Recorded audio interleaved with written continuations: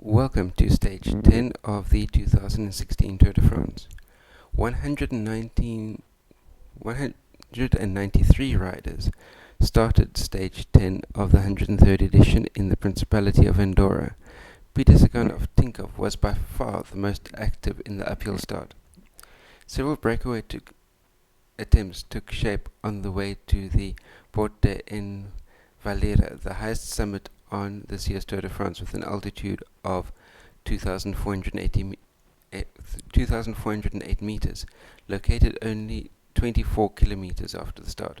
Rui Costa of Lampa Merida managed to crest alone in the lead, and a prestigious leading quartet was formed in the downhill, with Sagan, Vincenzo Nibali, and Michael Mathews.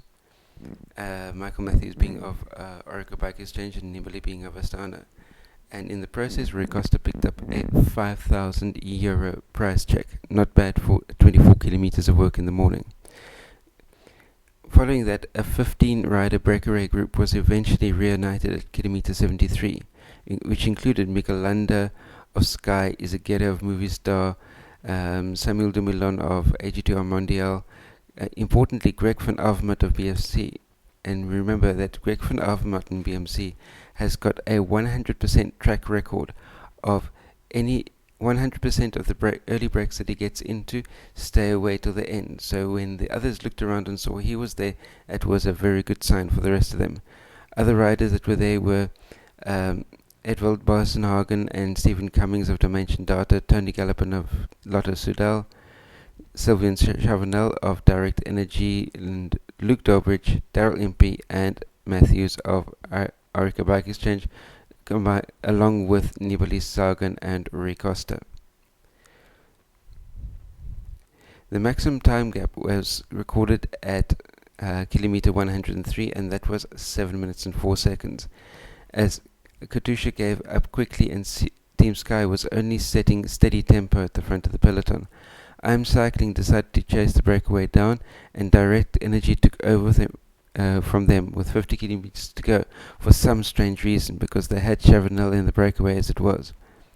With 40 kilometers to go, crosswinds added to the rain to make the racing even harder, and the deficit was to the peloton was reduced to 4 minutes 40. The leading group was split on the initiative of Sagan with 25 kilometers to go, and 7 riders got a gap. That was Sagan, Dumoulin, Van Avermaet once again, Boasson, Mathews, Dobridge, and Impey. In other words, Dobridge was the only one to eventually get dropped in the climb to Saint Varel after working to make sure that this breakaway stayed clear.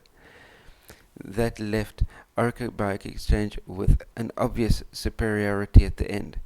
So what happened was Impey put Sagan under pressure with continued attacks that Sagan needed to close down, and then eventually leading Mathews out for the sprint. The Canberra-born rider, who finished second to Sagan at the World Championships in Richmond last year, was now able to take his revenge in Revel. This is his first ever stage win at the Tour de France at the age of 25.